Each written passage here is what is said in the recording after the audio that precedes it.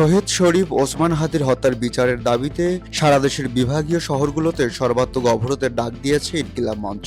শনিবার রাতে সংগঠনটির ফেসবুক পেজে এই ঘোষণা প্রকাশ করা হয়। এর আগে গত শুক্রবার থেকে শাহবাগ মোড়ে অবস্থান কর্মসূচি পালন করেছে আন্দোলনকারীরা। জুম্মার নামাজের পর জাতীয় মসজিদ বাইতুল মোকাররম, ঢাকা বিশ্ববিদ্যালয়ের কেন্দ্রীয় মসজিদ সহ বিভিন্ন এলাকা থেকে বিক্ষোভ মিছিল বের হয়ে শাহবাগ মোড়ে জড়ো হয়। তীব্র শীতের মধ্যেও আন্দোলনকারীরা সেখানে অবস্থান বজায় রাখে। শনিবার বিএনপির ভারপ্রাপ্ত চেয়ারম্যান তারেক রহমান শহীদ ওসমান হাদির কবর জিয়ারত করেন। এ সময় ইনকিলাব মঞ্চের কর্মীরা শাহবাগ মোড় থেকে ডান দিকে সরে এসে সুপার মার্কেটের সামনে অবস্থান নেয়। পরে তারা পুনরায় শাহবাগে ফিরে এসে সারা দেশে সর্বাত্মক অবরোধের ডাক দেন। অবশ্যই আন্দোলনকারীদের মূল দাবি হলো শহীদ শরীফ ওসমান হাদির হত্যার সুষ্ঠু ও দ্রুত বিচার নিশ্চিত করা। ইনকিলাব মঞ্চের এই অবস্থান ও অবরোধ কর্মসূচি ঢাকার পাশাপাশি বিভাগীয় শহরগুলোতেও সমানভাবে কার্যকর হবে বলে তারা ঘোষণা করছে। রাজধানী ও অন্যান্য শহরে কর্মসূচি নিয়ে সাধারণ জনগণ ও যানজটের সম্ভাবনা বৃদ্ধির কথা জানা গেছে। বিশ্লেষকরা মনে করছেন, শহীদ ওসমান হাদির হত্যার বিচারের দাবিতে এই ধরনের অবরোধ কর্মসূচি রাজনৈতিক ও সামাজিক চাপ তৈরি করার ক্ষেত্রে